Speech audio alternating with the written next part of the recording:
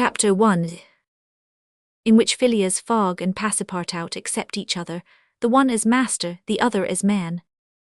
Mr. Phileas Fogg lived in 1872 at No. 7, Savile Row, Burlington Gardens, the house in which Sheridan died in 1814. He was one of the most noticeable members of the Reform Club, though he seemed always to avoid attracting attention, an enigmatical personage about whom little was known, except that he was a polished man of the world.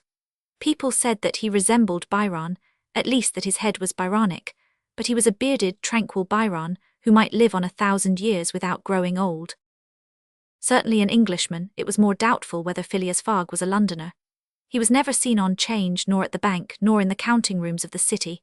No ships ever came into London docks of which he was the owner. He had no public employment. He had never been entered at any of the Inns of Court, either at the Temple, or Lincoln's Inn, or Gray's Inn, nor had his voice ever resounded in the Court of Chancery, or in the Exchequer, or the Queen's Bench, or the ecclesiastical courts. He certainly was not a manufacturer, nor was he a merchant or a gentleman farmer. His name was strange to the scientific and learned societies, and he never was known to take part in the sage deliberations of the Royal Institution, or the London Institution, the Artisans' Association, or the Institution of Arts and Sciences. He belonged, in fact, to none of the numerous societies which swarm in the English capital, from the Harmonic to that of the entomologists, founded mainly for the purpose of abolishing pernicious insects. Phileas Fogg was a member of the Reform, and that was all. The way in which he got admission to this exclusive club was simple enough. He was recommended by the Barings, with whom he had an open credit. His cheques were regularly paid at sight from his account current, which was always flush. Was Phileas Fogg rich? Undoubtedly. But those who knew him best could not imagine how he had made his fortune, and Mr. Fogg was the last person to whom to apply for the information. He was not lavish nor, on the contrary, avaricious, for whenever he knew that money was needed for a noble, useful, or benevolent purpose, he supplied it quietly and sometimes anonymously. He was, in short, the least communicative of men. He talked very little, and seemed all the more mysterious for his taciturn manner.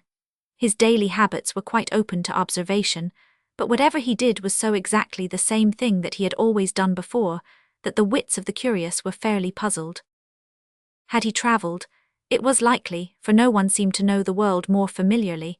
There was no spot so secluded that he did not appear to have an intimate acquaintance with it. He often corrected, with a few clear words, the 1,000 conjectures advanced by members of the club as to lost and unheard-of travellers, pointing out the true probabilities, and seeming as if gifted with a sort of second sight, so often did events justify his predictions.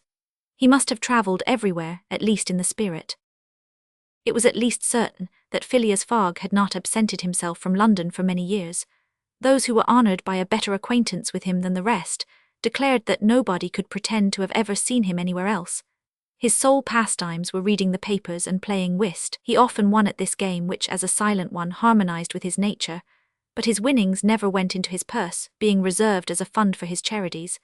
Mr. Fogg played not to win but for the sake of playing. The game was in his eyes a contest, a struggle with a difficulty, yet a motionless, unwearying struggle, congenial to his tastes. Phileas Fogg was not known to have either wife or children, which may happen to the most honest people, either relatives or near friends, which is certainly more unusual. He lived alone in his house in Savile Row, whither none penetrated. A single domestic sufficed to serve him. He breakfasted and dined at the club at hours mathematically fixed in the same room at the same table, never taking his meals with other members, much less bringing a guest with him, and went home at exactly midnight, only to retire at once to bed. He never used the cosy chambers which the Reform provides for its favoured members. He passed 10 hours out of the 24 in Savile Row, either in sleeping or making his toilet. When he chose to take a walk, it was with a regular step in the entrance hall with its mosaic flooring, or in the circular gallery with its dome supported by 20 red porphyry Ionic columns, and illumined by blue painted windows. When he breakfasted or dined, all the resources of the club, its kitchens and pantries, its buttery and dairy, aided to crowd his table with their most succulent stores. He was served by the gravest waiters in dress coats and shoes with swanskin soles, who proffered the viands in special porcelain and on the finest linen. Club decanters of a lost mould contained his sherry, his port, and his cinnamon-spiced claret, while his beverages were refreshingly cooled with ice, brought at great cost from the American lakes. If to live in this style is to be eccentric, It must be confessed that there is something good in eccentricity. The mansion in Savile Row, though not sumptuous, was exceedingly comfortable. The habits of its occupant were such as to demand but little from the sole domestic, but Phileas Fogg required him to be almost superhumanly prompt and regular. On this very 2nd of October he had dismissed James Forster, because that luckless youth had brought him shaving water at 84 degrees Fahrenheit instead of 86, and he was awaiting his successor, who was due at the house between 11 and half past. Phileas Fogg was seated squarely in his armchair, his feet closed together like those of a grenadier on parade, his hands resting on his knees, his body straight, his head erect. He was steadily watching a complicated clock which indicated the hours, the minutes, the seconds, the days, the months, and the years. At exactly 11:30 Mr. Fogg would, according to his daily habit, quit Savile Row and repair to the Reform. A rap at this moment sounded on the door of the cosy apartment where Phileas Fogg was seated, and James Forster, the dismissed servant, appeared. "The new servant," said he. A young man of 30 advanced and bowed. "You are a Frenchman, I believe," asked Phileas Fogg, "and your name is John." "Jean, if monsieur pleases," replied the newcomer, Jean Passepartout, a surname which has clung to me because I have a natural aptness for going out of one business into another. I believe I'm honest, monsieur, but to be outspoken I've had several trades. I've been an itinerant singer, a circus rider, when I used to vault like Leotard, and dance on a rope like Blondin. Then I got to be a professor of gymnastics, so as to make better use of my talents, and then I was a sergeant fireman at Paris, and assisted at many a big fire. But I quitted France 5 years ago, and wishing to taste the sweets of domestic life, took service as a valet here in England. Finding myself out of place, and hearing that Monsieur Phileas Fogg was the most exact and settled gentleman in the United Kingdom, I have come to Monsieur in the hope of living with him a tranquil life, and forgetting even the name of Passepartout." "Passepartout suits me," responded Mr. Fogg. "You are well recommended to me, I hear a good report of you, you know my conditions." "Yes, monsieur." "Good, what time is it?" 22 minutes after 11, returned Passepartout, drawing an enormous silver watch from the depths of his pocket. "You are too slow," said Mr. Fogg. "Pardon me, monsieur, it is impossible." "You are 4 minutes too slow. No matter, it's enough to mention the error. Now from this moment, 29 minutes after 11 a.m. this Wednesday, 2nd October, you are in my service." Phileas Fogg got up, took his hat in his left hand, put it on his head with an automatic motion, and went off without a word. Passepartout heard the street door shut once, it was his new master going out. He heard it shut again, it was his predecessor, James Forster, departing in his turn. Passepartout remained alone in the house in Savile Row. Chapter 2, in which Passepartout is convinced that he has at last found his ideal. "Faith," muttered Passepartout, somewhat flurried, "I've seen people at Madame Tussaud's as lively as my new master." Madame Tussaud's people, let it be said, are of wax and are much visited in London. Speech is all that is wanting to make them human. During his brief interview with Mr. Fogg, Passepartout had been carefully observing him. He appeared to be a man about 40 years of age, with fine, handsome features and a tall, well-shaped figure. His hair and whiskers were light, his forehead compact and unwrinkled, his face rather pale, his teeth magnificent.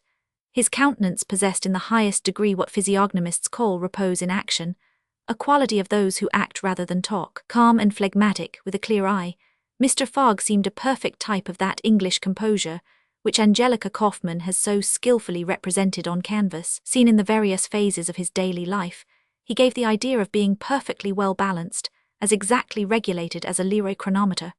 Phileas Fogg was indeed exactitude personified, and this was betrayed even in the expression of his very hands and feet, for in men as well as in animals, the limbs themselves are expressive of the passions.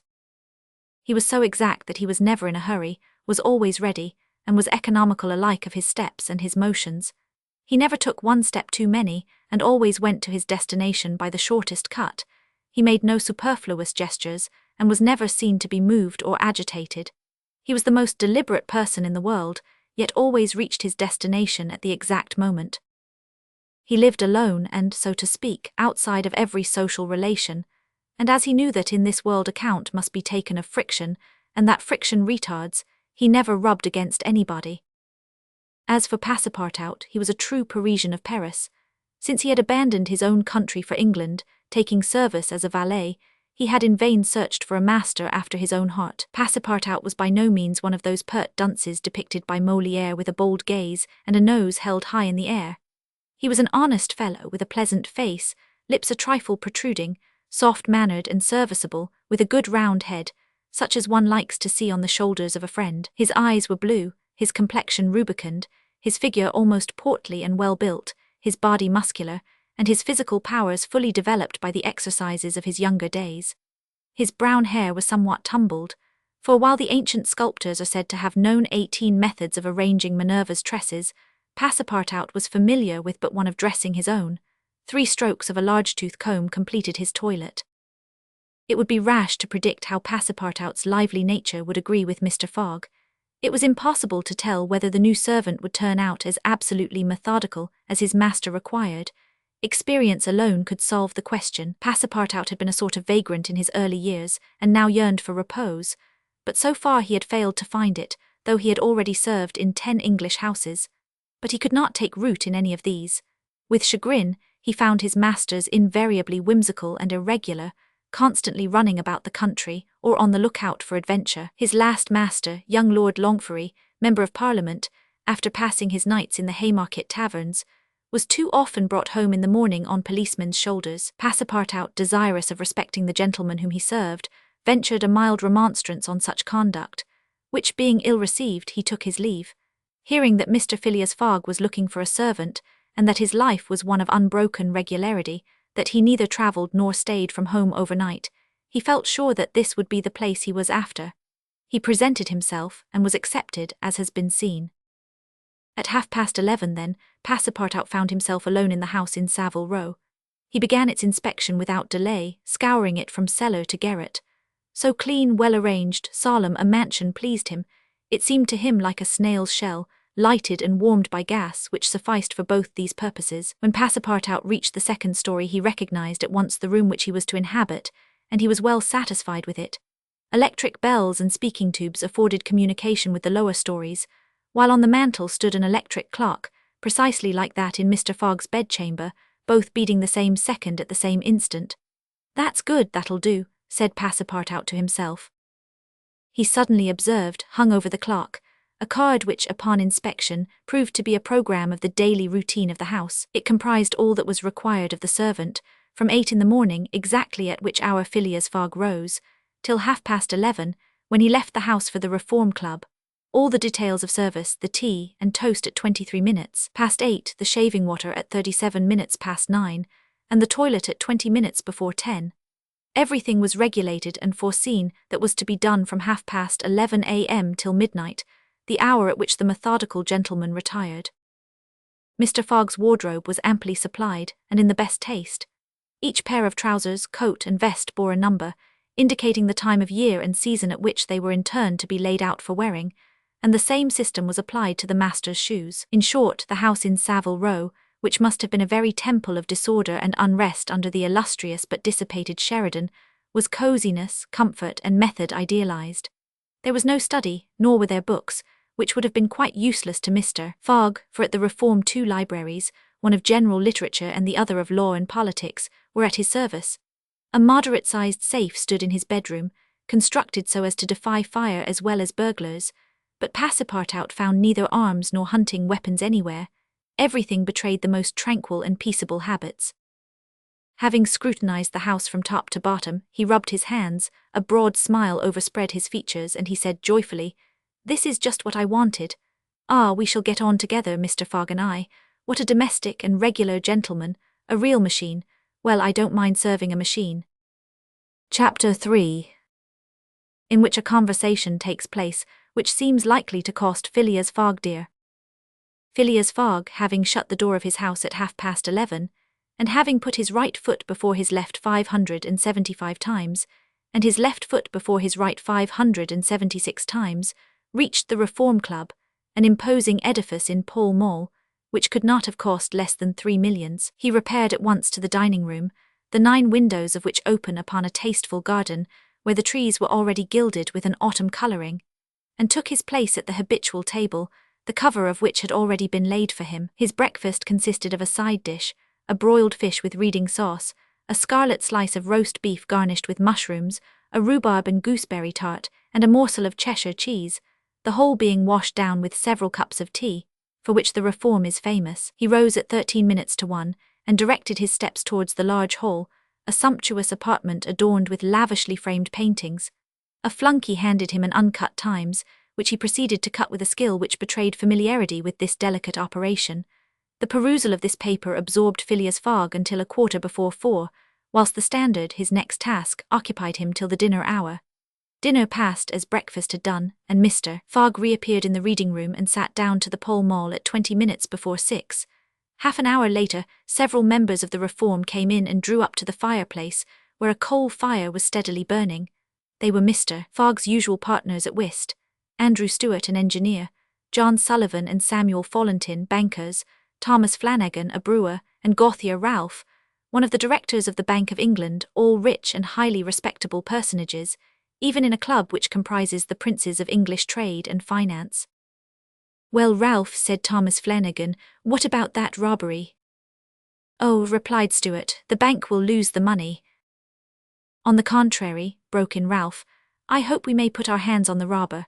Skillful detectives have been sent to all the principal ports of America and the continent, and he'll be a clever fellow if he slips through their fingers." "But have you got the robber's description?" asked Stewart. "In the first place, he is no robber at all," returned Ralph positively. "What, a fellow who makes off with £55,000, no robber?" "No. Perhaps he's a manufacturer then. The Daily Telegraph says that he is a gentleman." It was Phileas Fogg, whose head now emerged from behind his newspapers, who made this remark. He bowed to his friends and entered into the conversation.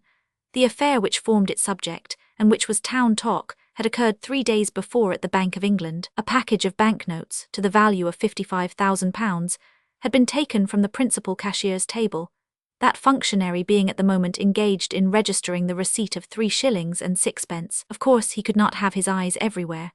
Let it be observed that the Bank of England reposes a touching confidence in the honesty of the public.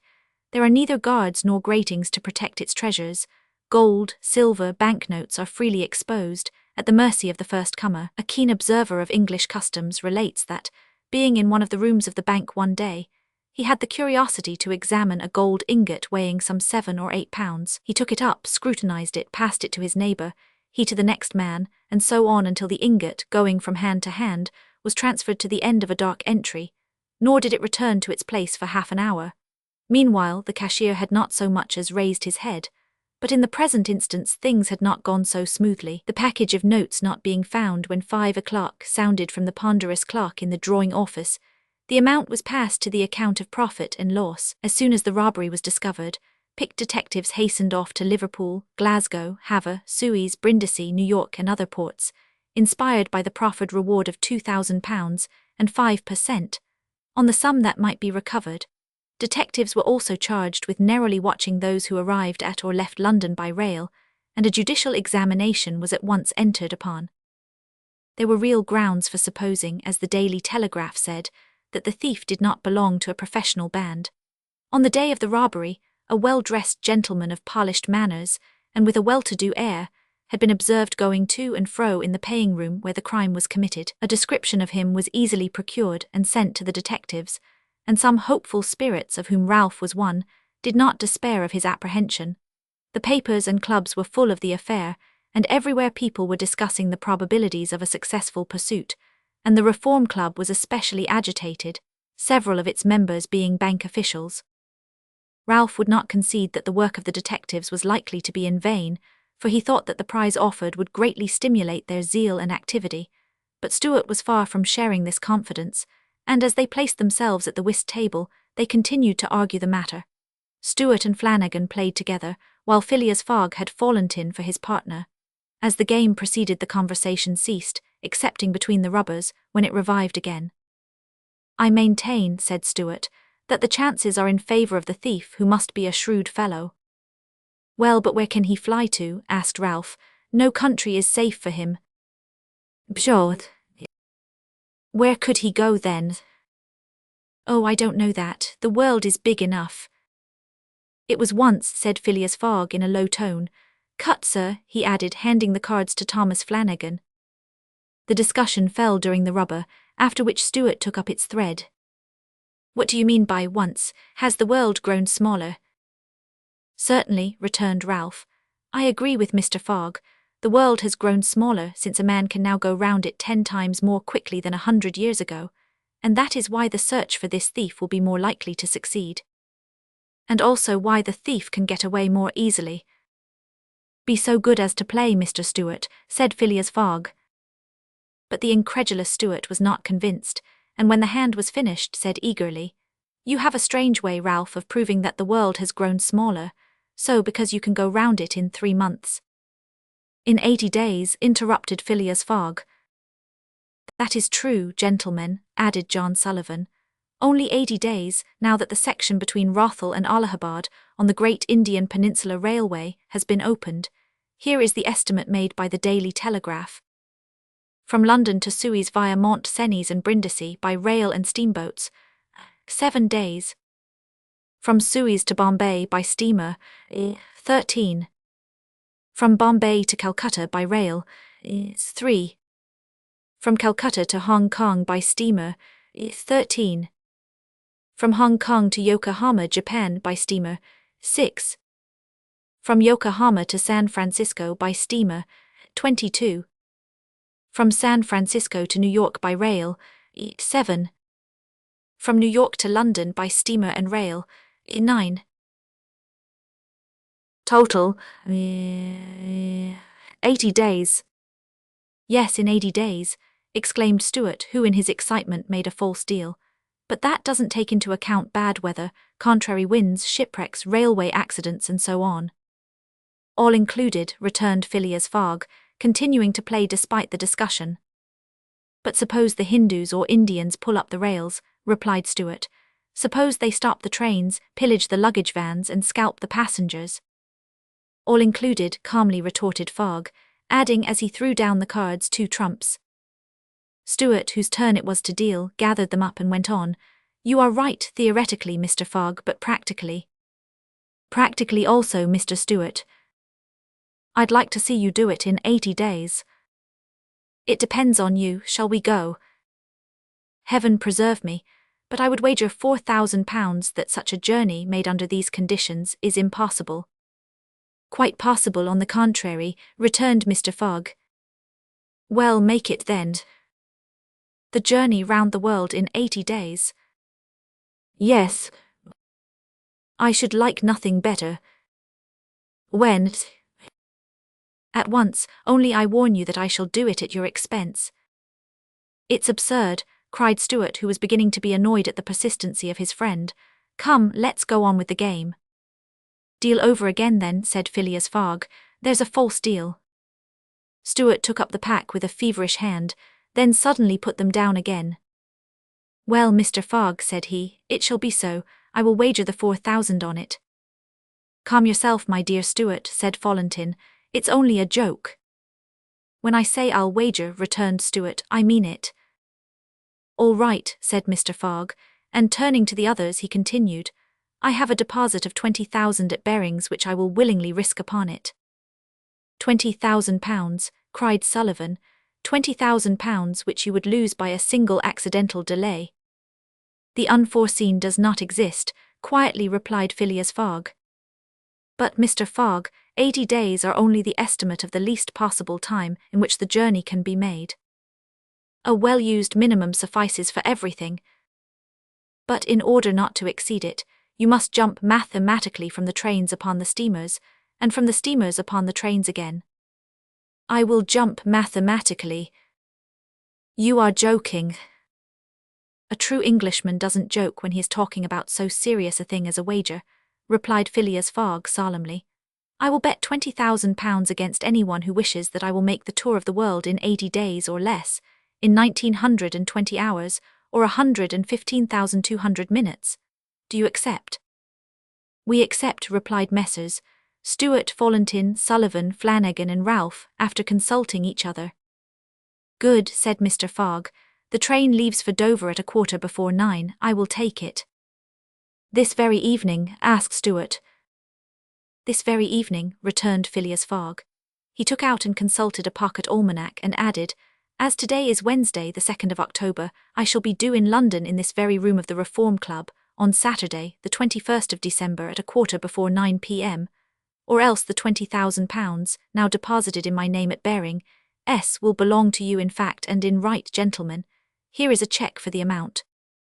A memorandum of the wager was at once drawn up and signed by the 6 parties, during which Phileas Fogg preserved a stoical composure. He certainly did not bet to win, and had only staked the £20,000, half of his fortune, because he foresaw that he might have to expend the other half to carry out this difficult, not to say unattainable, project.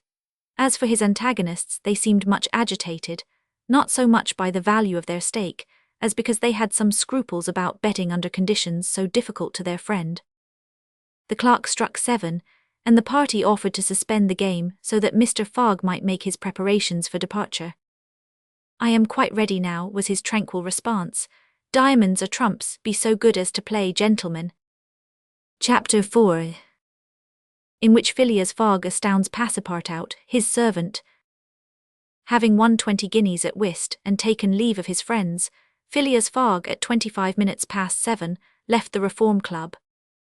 Passepartout, who had conscientiously studied the programme of his duties, was more than surprised to see his master guilty of the inexactness of appearing at this unaccustomed hour, for, according to rule, he was not due in Savile Row until precisely midnight. Mr. Fogg repaired to his bedroom and called out, Passepartout. Passepartout did not reply. It could not be he who was called, it was not the right hour. Passepartout, repeated Mr. Fogg without raising his voice. Passepartout made his appearance. I've called you twice, observed his master.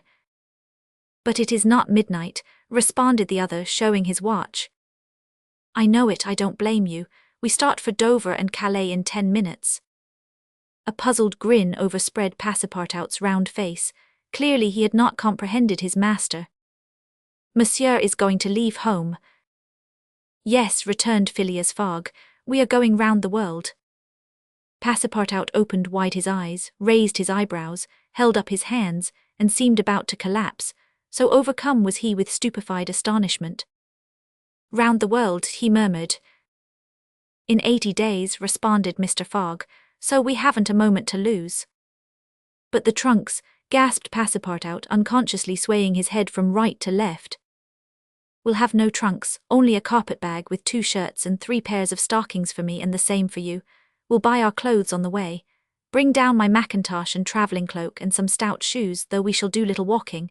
Make haste. Passepartout tried to reply but could not. He went out, mounted to his own room, fell into a chair and muttered, That's good, that is, and I who wanted to remain quiet. He mechanically set about making the preparations for departure. Around the world in 80 days. Was his master a fool? No. Was this a joke, then? They were going to Dover. Good, to Calais, good again. After all, Passepartout, who had been away from France 5 years, would not be sorry to set foot on his native soil again. Perhaps they would go as far as Paris, and it would do his eyes good to see Paris once more. But surely a gentleman so chary of his steps would stop there, no doubt. But then it was none the less true that he was going away, this so domestic person hitherto. By 8 o'clock Passepartout had packed the modest carpet-bag, containing the wardrobes of his master and himself. Then, still troubled in mind, he carefully shut the door of his room and descended to Mr. Fogg.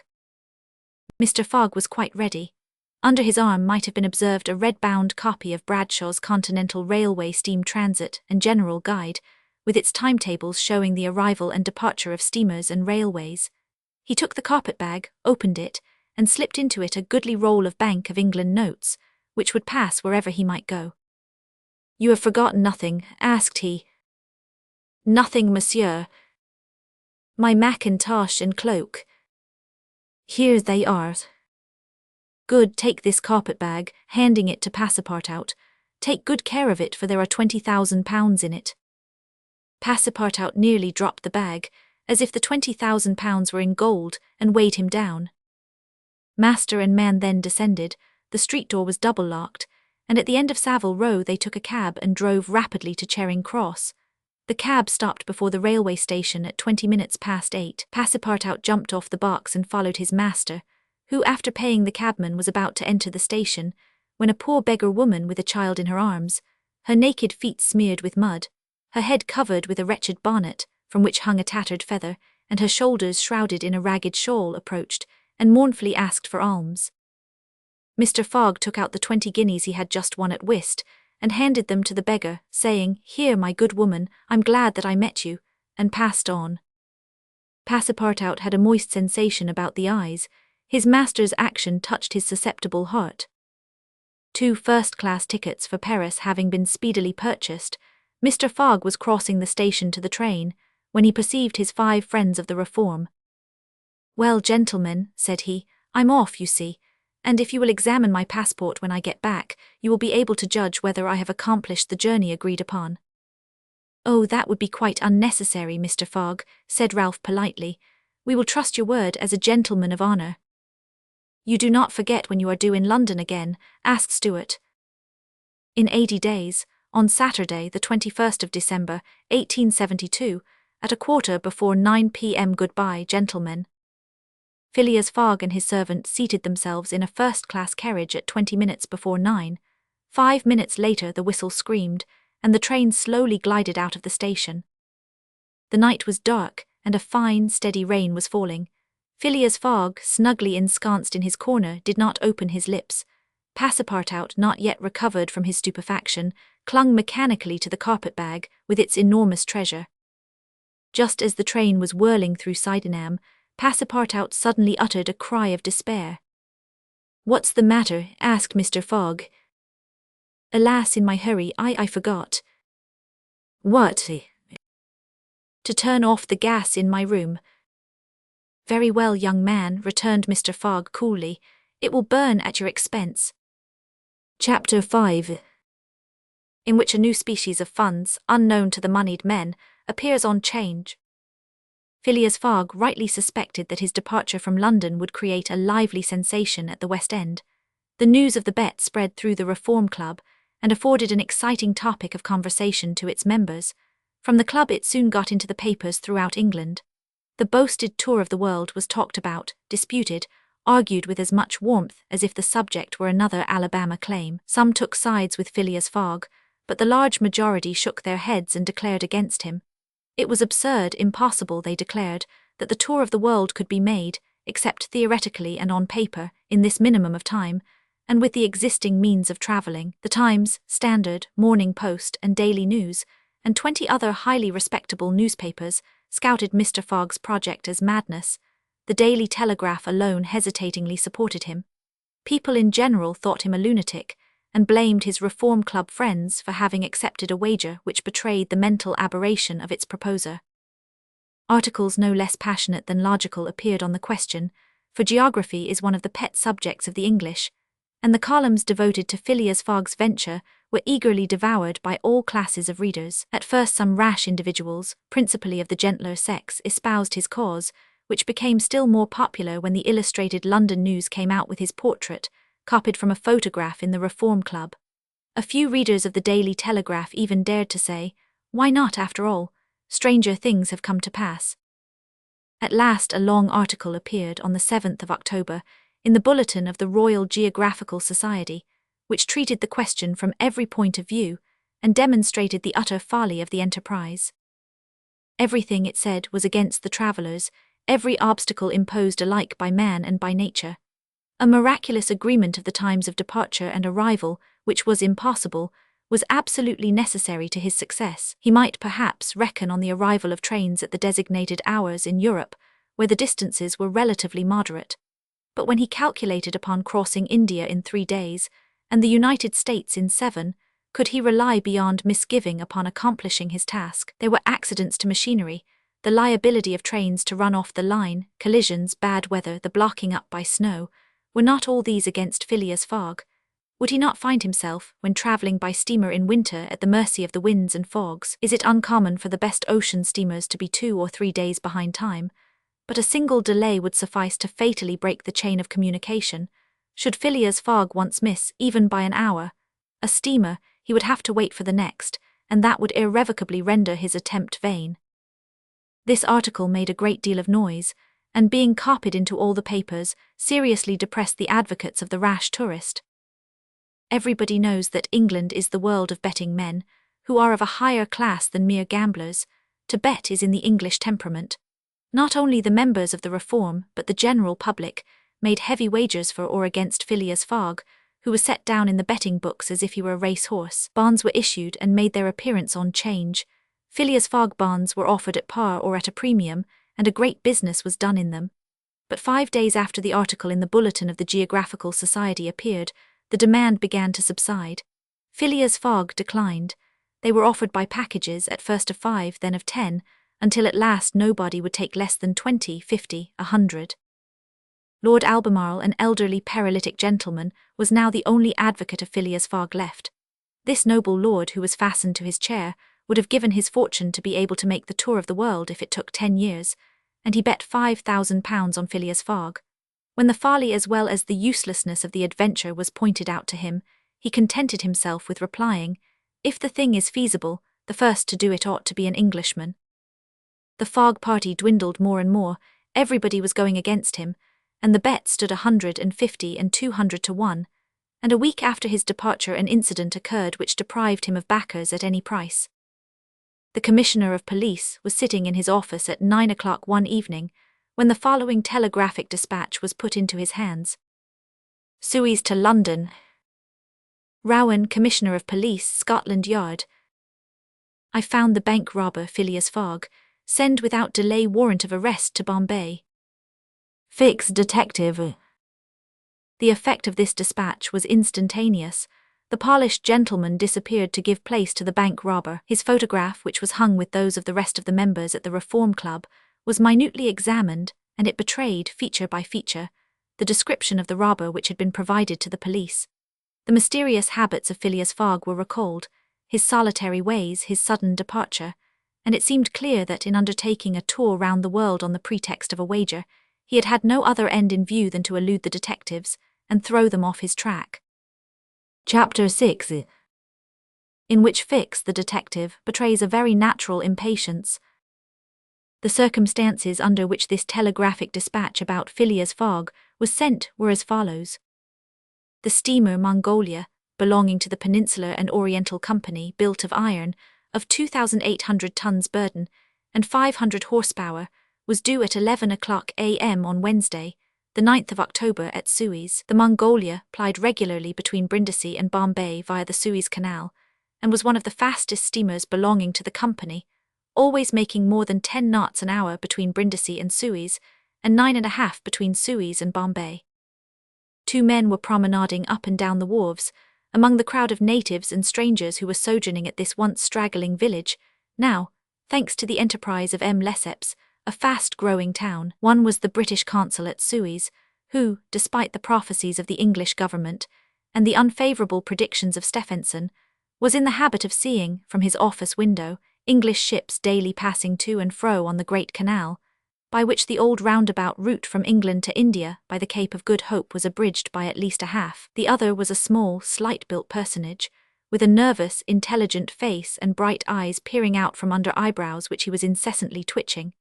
He was just now manifesting unmistakable signs of impatience, nervously pacing up and down, and unable to stand still for a moment. This was Fix, one of the detectives who had been dispatched from England in search of the bank robber. It was his task to narrowly watch every passenger who arrived at Suez, and to follow up all who seemed to be suspicious characters, or bore a resemblance to the description of the criminal which he had received 2 days before from the police headquarters at London. The detective was evidently inspired by the hope of obtaining the splendid reward which would be the prize of success, and awaited with a feverish impatience, easy to understand, the arrival of the steamer, Mongolia. "So you say, Consul," asked he for the 20th time, "that this steamer is never behind time?" "No, Mr. Fix," replied the consul. "She was bespoken yesterday at Port Said, and the rest of the way is of no account to such a craft.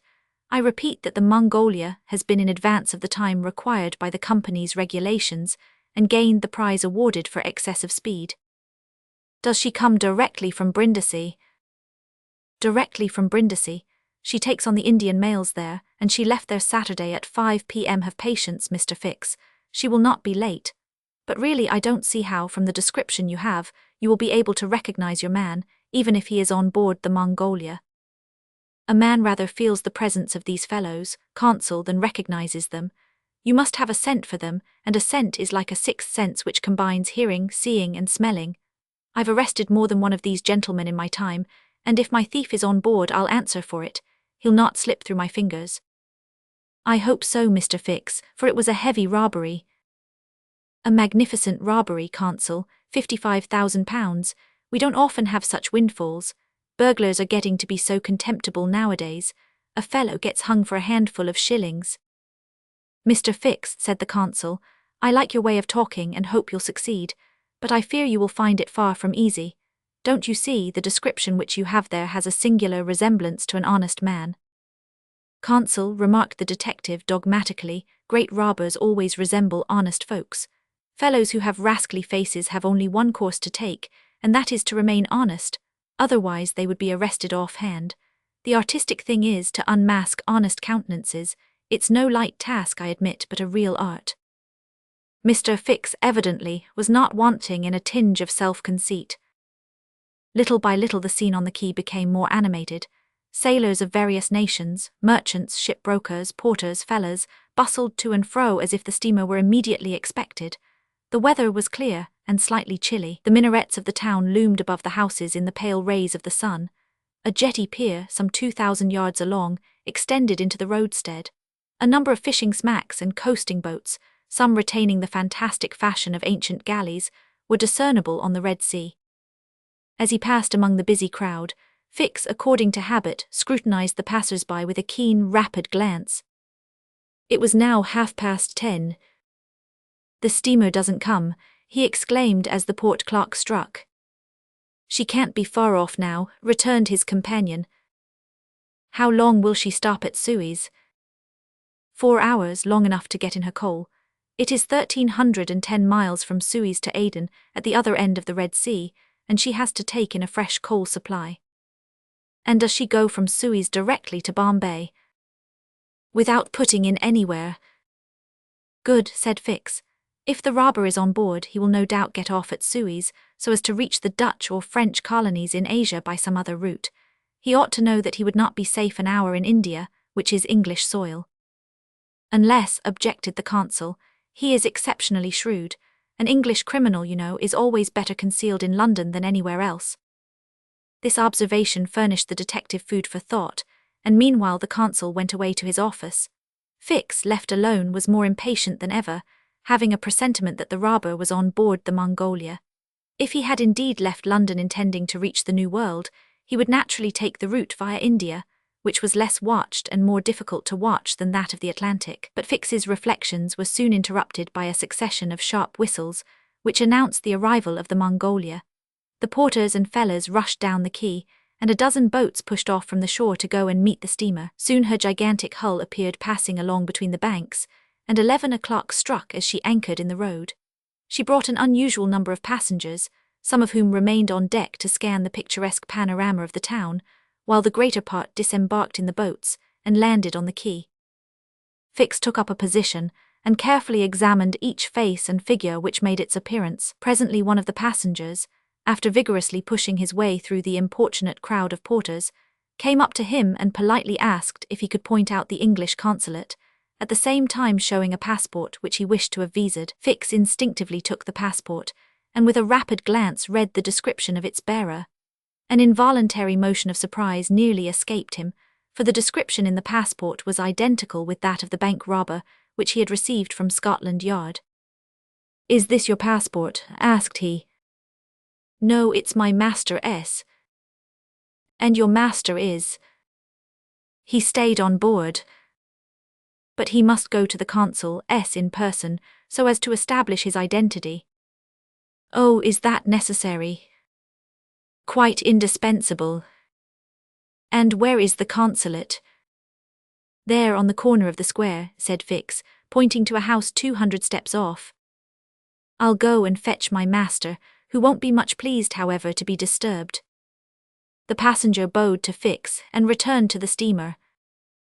Chapter 7, which once more demonstrates the uselessness of passports as aids to detectives. The detective passed down the quay and rapidly made his way to the consul's office, where he was at once admitted to the presence of that official.